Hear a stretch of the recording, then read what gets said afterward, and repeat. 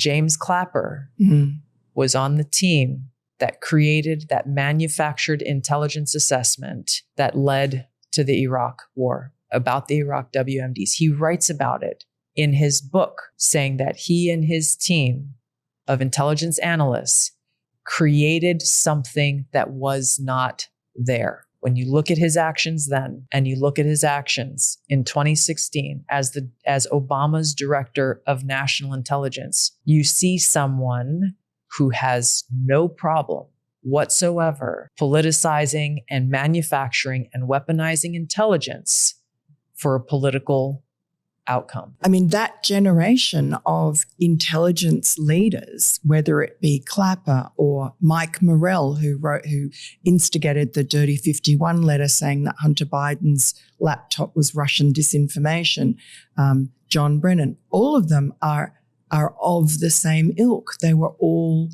there at the beginning of the Iraq lie, and here they are, the Russia collusion lie, the Hunter Biden laptop lie.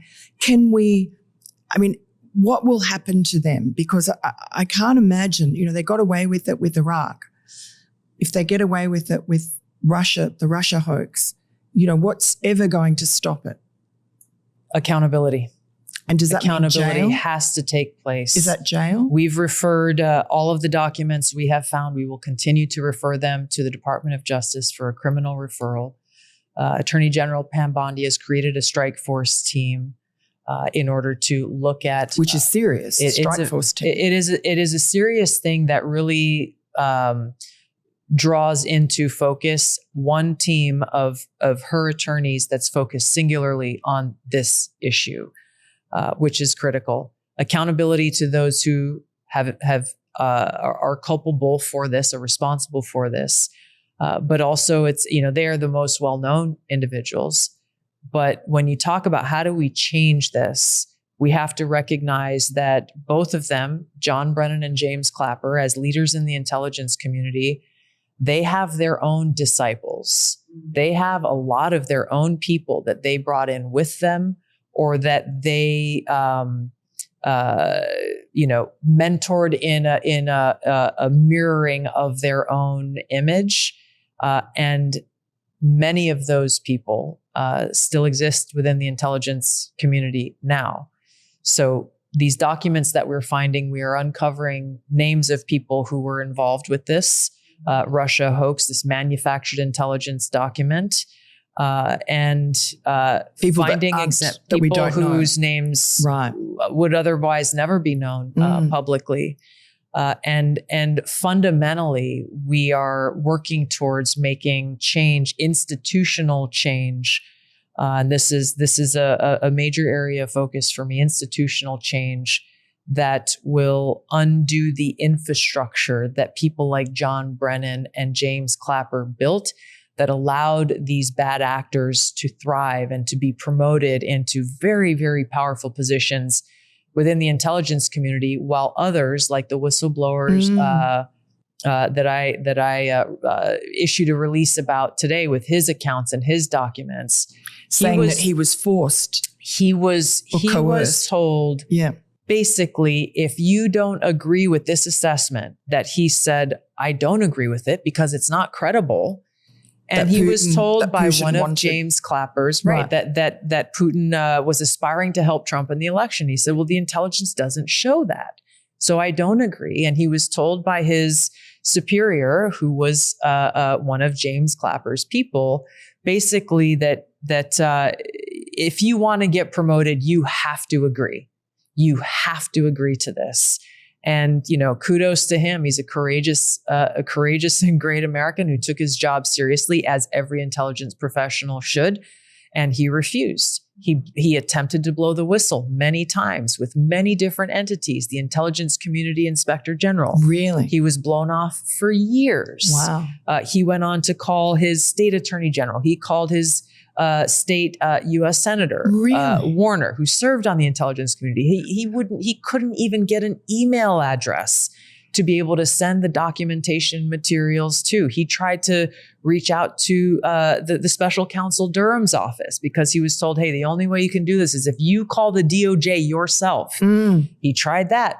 was blown off, didn't get any serious, didn't have a single serious conversation about anything that he uncovered. So, the persistence of this guy to not only do the right thing at the right time in that moment, but for years to continue to try to expose the truth. These are the kinds of professionals we need in the intelligence community.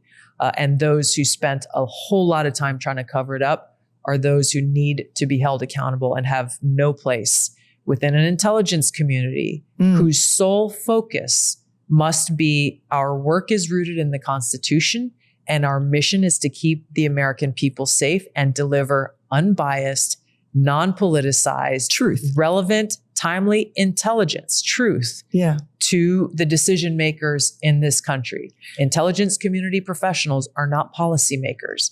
They don't get to decide what the decisions will be or what the outcomes will be. But in a John Brennan politicized intelligence community, he created an environment where you have intelligence analysts who believe that they are the policymakers and will shape their intelligence assessments in order to drive a policymaker to draw the conclusion that they want. And it was the same with the FBI and James Comey. That's right. And whistleblowers again. I mean, you had this one whistleblower, but there are others that have come forward, aren't they? And yes. And it's the same with the FBI, the whistleblowers, and the IRS, and so on. Which I'm very heartened by. Yeah. That as we are releasing the truth to the American people, that we have folks within these different organizations who have been silenced or who've experienced retaliation, who are finding some hope now and starting to come forward and bring their experience to help us in our mission of finding the truth and sharing the truth. Yeah. And of all the 18 intelligence agencies that you have to look after, who's been the easiest and who's been the hardest, the worst? Well, the CIA is a huge organization, and I'm not casting negative aspersions on everybody who works there. There are some great Americans who I've and am continuing to work with. But the CIA, again, when you look at John Brennan's CIA, there's a lot of work that needs to be done there. A lot of work under James Comey's FBI that needs to be done there. When you look at the NSA as a powerful intelligence agency.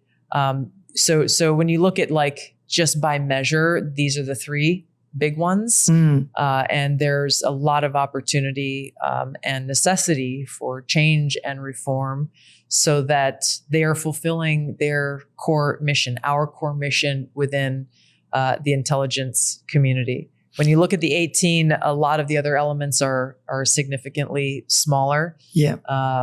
There's an intelligence element within the State Department and within the Department of Treasury, within obviously the Coast Guard and other elements within the military. Space agency. Yeah, exactly.